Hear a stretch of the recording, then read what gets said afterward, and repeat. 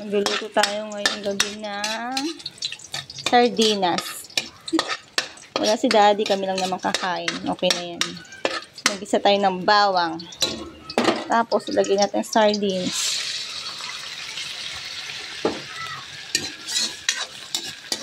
Isa natin.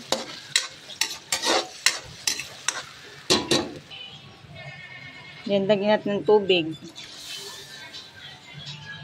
After lagyan ng tubig, yung sotanghon, ilagay natin. Tapos, haluin.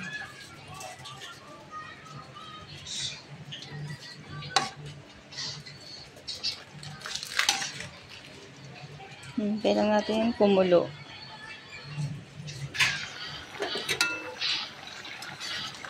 Pwede na ito.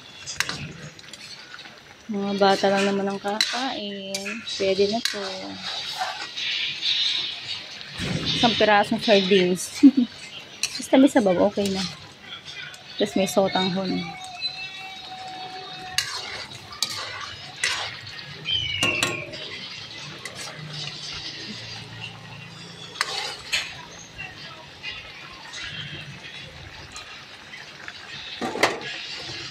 Okay na, bye!